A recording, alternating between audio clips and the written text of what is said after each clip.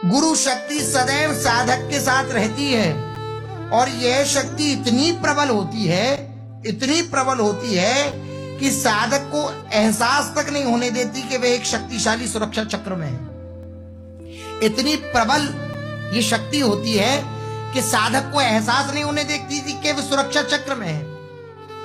अब देखिए, आप कहेंगे कि ऐसा कैसे शक्ति है और प्रबल शक्ति है और एहसास नहीं होने देती है, तो कैसी शक्ति है भाई? हमारे आस पड़ोस में बॉडीगार्ड चल रहे हैं तो हमें पता है ना कि सुरक्षा चल रही है। ये कैसी सुरक्षा है कि हमें पता ही नहीं लगने देती है? अम्बरीश जी को पता था सुदर्शन चक्र साथ में है कि अम्बरीश जी को पता था, लेकिन जैसे ही विपरीत परिस्थिति आई तो आज्ञा नहीं ली भगवान की भी। सुदर्शन चक्र तत्पर हैं पहले से भगवान के भक्त की रक्षा के लिए।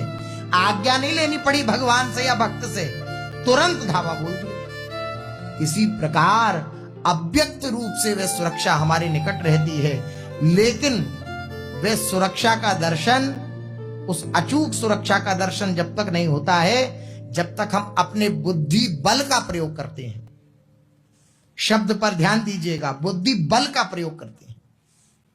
बुद्धि का प्रयोग, और मेरी बुद्धि इतनी तीक्ष्ण है, इतनी तीव्र है कि मैं इस बुद्धि के बल के द्वारा सबको परास्त करके आगे बढ़ जाऊंगा। जब तक ये भावना होती है तब तक जो गुरुदेव के द्वारा प्रदत्त शक्ति है उसका दर्शन नहीं होता है।